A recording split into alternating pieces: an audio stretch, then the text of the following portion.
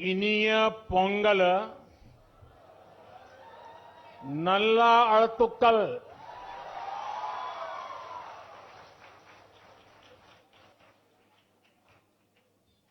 पोंगल के पवित्र दिन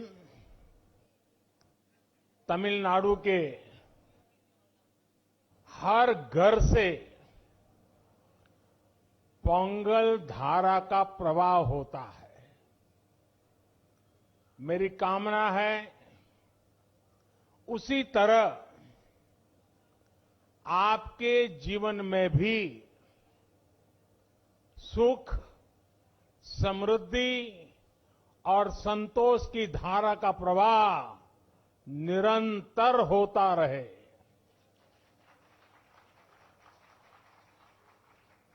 कल ही देश ने लोहड़ी का पर्व धूमधाम से मनाया है।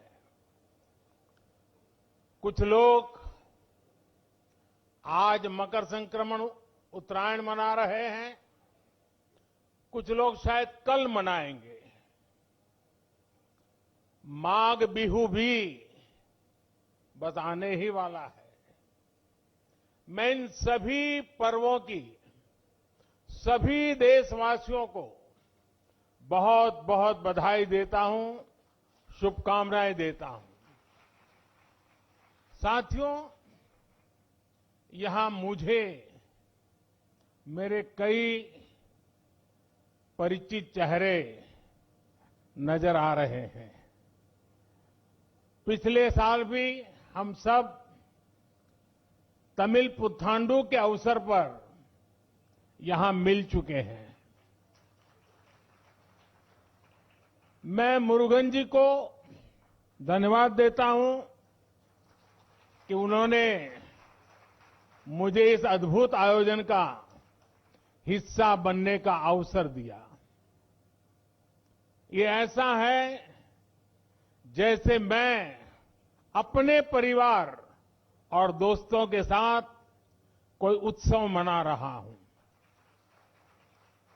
साथियों, संत तिरुवल्लुवर ने कहा है, तल्ला विळयुळुम तक्कारुम ताळिवल्ला चेवरुम सेवर्द नाडु, यानी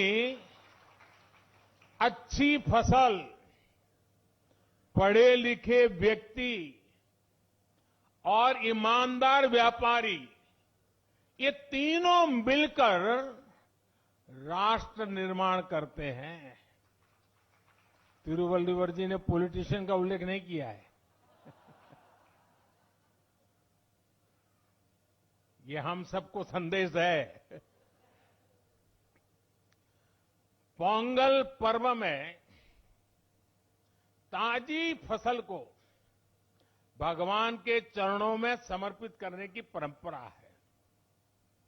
इस पूरी उत्सव परंपरा के केंद्र में हमारे अन्नदाता, हमारे किसान है। और वैसे भी भारत का हर त्योहार किसी न किसी रूप में गांव से, किसानी से, फसल से जुड़ा हुआ होता है। मुझे याद है पिछली बार हमने इस बारे में भी चर्चा की थी कि कैसे हमारे मिलेट्स या श्री अन्न तमिल संस्कृति से जुड़े हुए हैं। मुझे खुशी है कि सुपर फूड को लेकर देश में और दुनिया में एक नई जागृति आई है।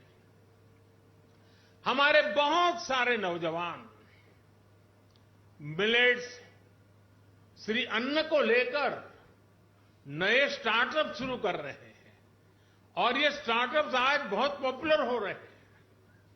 श्री अन्न के उत्पादन से हमारे देश के 3 करोड़ से अधिक छोटे किसान जुड़े हुए हैं। हम श्री अन्न को प्रमोट करते हैं तो सीधे सीधे ये 3 करोड़ किसानों का भला होता है। साथियों, पोंगल के अवसर पर तमिल महिलाएं अपने घर के बाहर कोलम बनाती है। सबसे पहले वो आटे का इस्तेमाल करके जमीन पर कई डॉट्स बनाती है और एक बार जब सारे डॉट्स बन जाते हैं तो हर एक का एक अलग महत्व होता है। ये तस्वीर ही मन लुभाने वाली होती है, लेकिन कोलम का असली रूप तब और वैभवशाली हो जाता है जब ये सभी डॉट्स मिला दिए जाते हैं और बड़ी कलाकृति बनाकर इसमें रंग भरा जाता है। हमारा देश और उसकी विविधता भी कोलम के जैसी है। जब देश का कोना कोना एक दूसरे से भावात्मक रूप से जुड़ता है तो हमारी शक्ति एक अलग रूप दिखाती है। पोंगल का पर्व भी एक ऐसा ही पर्व है जो एक भारत श्रेष्ठ भारत की राष्ट्र भावना को दर्शाता है। बीते समय में काशी तमिल संगमम और सौराष्ट्र तमिल संगमम अत्यंत महत्वपूर्ण परंपरा शुरू हुई है और उसमें भी ये भाव प्रकट होता है, ये भावना दिखती है। इन सभी आयोजनों में बहुत बड़ी संख्या में हमारे तमिल भाई बहन उत्साह से हिस्सा लेते हैं। साथियों, एकता की यही भावना 2047 तक विकसित भारत के निर्माण की सबसे बड़ी शक्ति है, सबसे बड़ी पूंजी है। आपको याद होगा, लाल किले से मैंने जिस पंच प्राण का आह्वान किया है उसका प्रमुख तत्व देश की एकता को ऊर्जा देना है, देश की एकता को मजबूत करना है। पोंगल के इस पावन पर्व पर हमें देश की एकता को सशक्त करने का संकल्प दोहराना है। साथियों, आज यहां मुझे बताया गया बहुत से कलाकार और जाने माने कलाकार, गणमान्य कलाकार अपनी प्रस्तुति के लिए तैयार है। आप सब भी इंतजार करते होंगे, मैं भी इंतजार करता हूं। ये सभी कलाकार राजधानी दिल्ली में तमिलनाडु को जीवंत बनाने वाले हैं।